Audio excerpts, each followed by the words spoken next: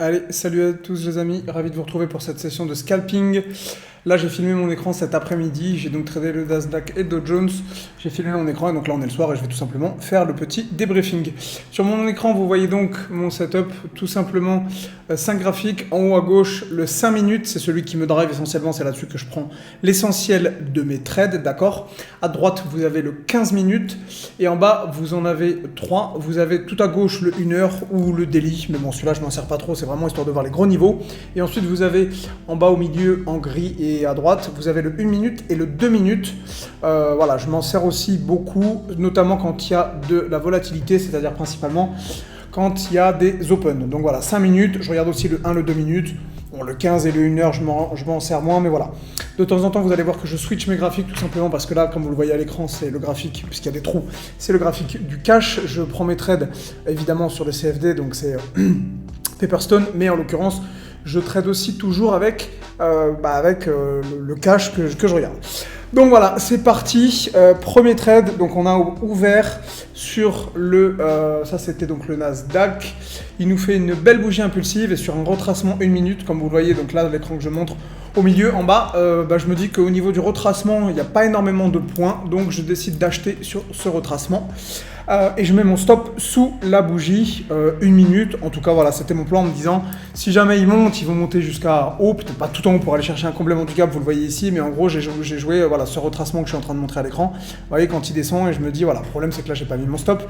Et le marché, dès le début, a commencé à enfoncer et ne m'a pas validé, ou plutôt au contraire. Donc, je me suis dit, merde, là, ça craint. Donc, j'ai foutu mon stop sous la bougie 1 minute, en espérant évidemment que le marché n'aille pas m'arracher la gueule, quoi, tout simplement.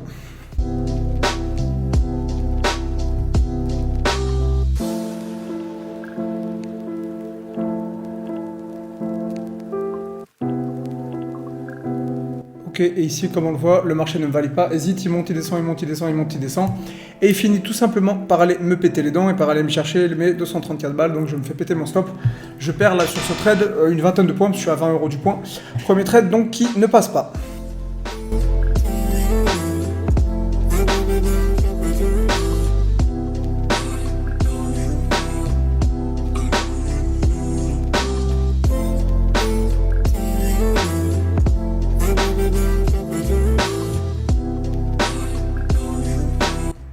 Allez, c'est parti, deuxième trade, toujours pareil, on est sur le Nasdaq, ici, il monte, il fait une correction 1 minute, boum, je décide de payer sur la correction 1 minute, que vous voyez donc en bas au milieu, qui est mon unité de temps 1 minute, là je le montre aussi sur le 5.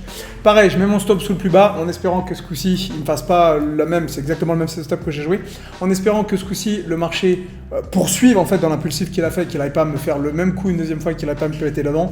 Bon, j'ai un stop qui est assez court ici, je risque je crois 200 balles, même pas, donc c'est une dizaine de points, ce qui est très faible en termes de comment dire, de risque si vous voulez. D'habitude j'ai quand même tendance à risquer plutôt 30-40 points de Nasdaq. Là, étant donné qu'on est dans une période très peu volatile malheureusement, vous allez vous en apercevoir sur cette session de scalping, mes TP au même titre que mes stop loss sont beaucoup plus courts, tout simplement parce qu'il y a beaucoup moins de volatilité, donc les stops ont besoin d'être plus serrés. Il n'y a pas besoin de laisser autant de marge que ce qu'on a l'habitude de voir. Et pareil pour les TP, il faut encaisser plus vite. Vous ne pouvez pas laisser le marché décaler complètement en votre faveur parce que la plupart du temps, il va revenir à votre BE avant. Donc effectivement, vous voyez que là, le stop est court là-dessus. Une dizaine environ de points. Je crois que sur le deuxième, si je ne dis pas de bêtises, celui-ci il passe, le marché me valide. Je vais donc mettre assez rapidement mon stop loss à break-even et je vais du coup encaisser à plus 200 ou plus 194, je crois, un truc comme ça. Donc le deuxième trade, si je dis pas de bêtises, a été un trade gagnant. On continue.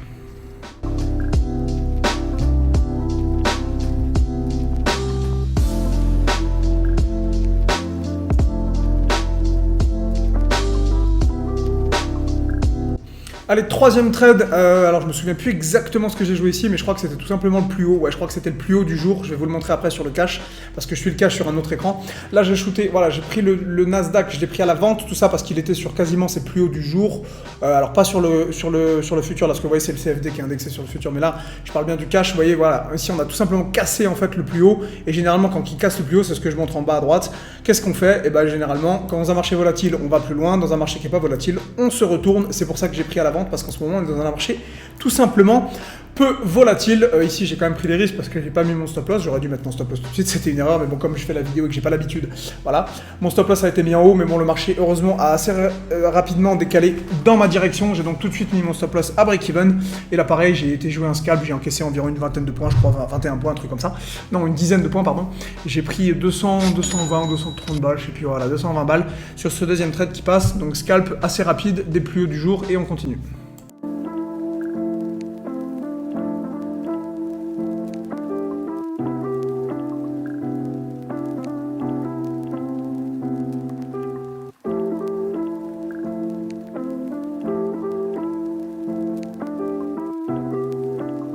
Allez, on enchaîne donc avec un quatrième trade, et je sais plus non plus ce que j'ai joué ici, donc je vais vous le dire dans une minute, il faut que je revoie du coup l'enregistrement, mais c'était quoi? Voilà, là en fait on est à un niveau sur le Nasdaq, vous voyez il y a un niveau que je trace en haut à droite, vous le voyez tout simplement, c'est les plus bas qui ont été faits la veille sur le cash, qui ont été faits donc, hier sur le marché cash, le spot, et donc ici je me dis s'il y a une petite réaction je prends sur le CFD, ici vous voyez boum, on descend en petite réaction, du coup je décide tout de suite de rentrer à l'achat, et de mettre mon stop sous le plus bas. Honnêtement, c'est un peu chaud parce qu'il y avait quand même un gros mouvement baissier. Et je me dis, bon, si je me fais péter 10 points, tant pis. Je crois que je risque à 200 balles sur ce trade.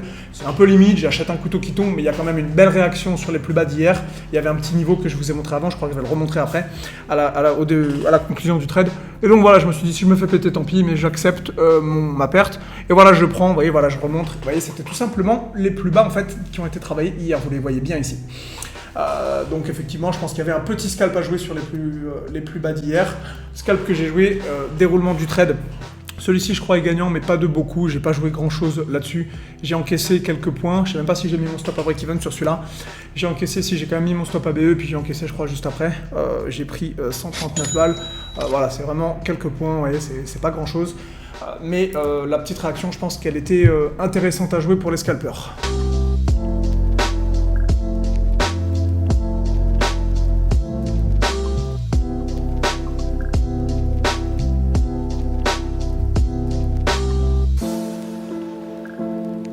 Allez, c'est parti. Qu'est-ce que je nous ai joué là-dessus? Je crois que celui-ci, c'était... Ah oui, voilà. Alors là, vous voyez, donc on est sur le Dow Jones, mon préféré. D'habitude, je traite quand même beaucoup plus le Dow Jones. Là, c'était un peu exceptionnel aujourd'hui. Dow Jones, donc je suis à 10 € du point. Donc sur le Dow Jones, vous voyez au milieu de mon écran, en fait, en bas, c'est le 1 minute. Et vous voyez qu'en fait, il fait un bon mouvement baissier. Il remonte et boum, il tape sa moyenne mobile en 1 minute. La moyenne mobile 9 que j'utilise, dont je vous parle et dont je vais vous parler beaucoup au cours des prochaines vidéos. C'est en gros le seul setup entre guillemets d'analyse technique. Vous voyez que je mets rien d'autre que ça. Je décide donc de vendre là-dessus pour jouer. Voilà, en gros c'était un retracement et donc j'ai tout simplement vendu le retracement en pensant que ça allait continuer. Et donc c'est ce que j'ai fait sur ce trade. Et ce trade a été très long, donc je vous emmène directement à la fin puisque pour le coup ça a été assez painful.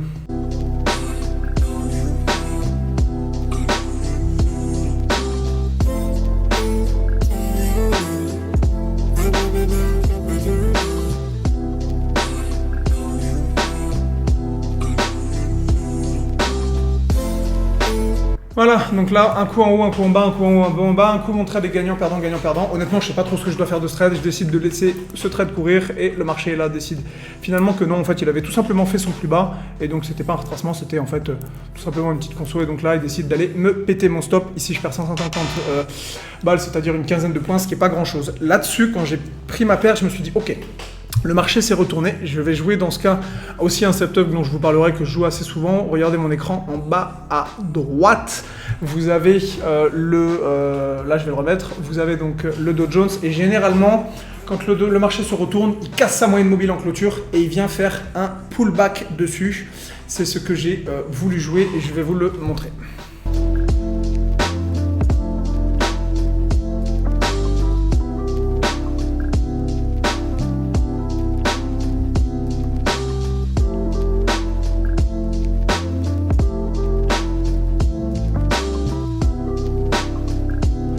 Voilà, le marché donc fait une clôture en bas à droite, donc en 2 minutes, le marché fait une belle clôture haussière, et là sur le retracement, je shoot normalement quand on vient toucher la moyenne mobile, c'est ce que je montre là sur l'écran, d'accord? Normalement c'est ce que je fais, bon des fois je shoot un petit peu avant parce qu'il vient pas le chercher. Là comme un con j'ai pris un trade, et un trade que je voulais acheteur évidemment, parce que du coup je voulais me mettre dans le sens du flux, sauf que comme un con en fait j'ai tout simplement mis ce clic, et c'est pour ça que là il m'a pas pris mon stop loss, j'ai cliqué sur le bouton de vente, j'ai pas l'habitude de faire des vidéos, et du coup j'ai tout simplement en fait, je me suis mis dans le mauvais sens, et là je me suis dit merde le con. Heureusement, j'ai pas perdu grand chose, je crois que j'ai perdu 4 points là-dessus, donc j'ai tout de suite fermé mon trade et j'ai pris le bon, à savoir, sur ce petit retracement, à savoir l'achat que je voulais prendre. On attend que ça break la moyenne mobile, on attend un retracement et on paye dans le sens et on met le stop sous la bougie qui a breaké, en l'occurrence, là c'est la bougie 2 minutes. Enfin, il y a plusieurs unités qui ont breaké, mais là en l'occurrence je suis en 2 minutes. Donc j'ai pris ce trade sur, pareil, donc 2 minutes, 10 € du point, le stop qui est en dessous. Le stop ici me coûtait, c'était un stop à 26 points, donc en l'occurrence 260 balles. Bon, un stop à 30 points, c'est pas énorme sur le Dow Jones, mais voilà, c'est grosso modo en accord avec la volatilité qu'on a en ce moment. Et donc effectivement, celui-ci s'est relativement bien passé. Alors au début, ça a été un petit peu long.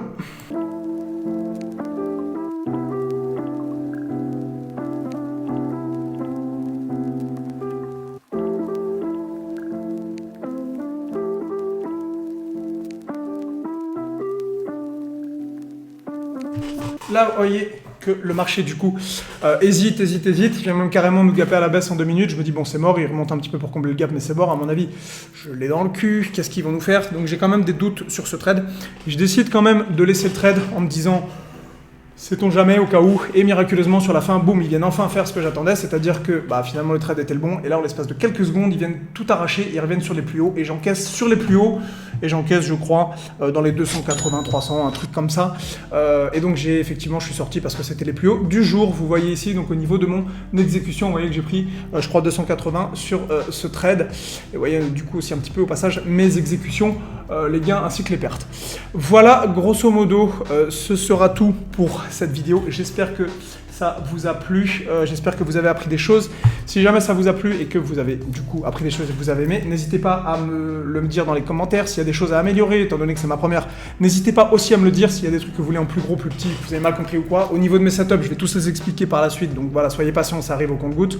Mais grosso modo, voilà, on se retrouve probablement ce week-end pour une vidéo crypto, ou peut-être un peu plus tard dans la semaine pour une autre vidéo scalping, puisque en ce moment j'y vais assez fort sur le scalping. A plus les amis.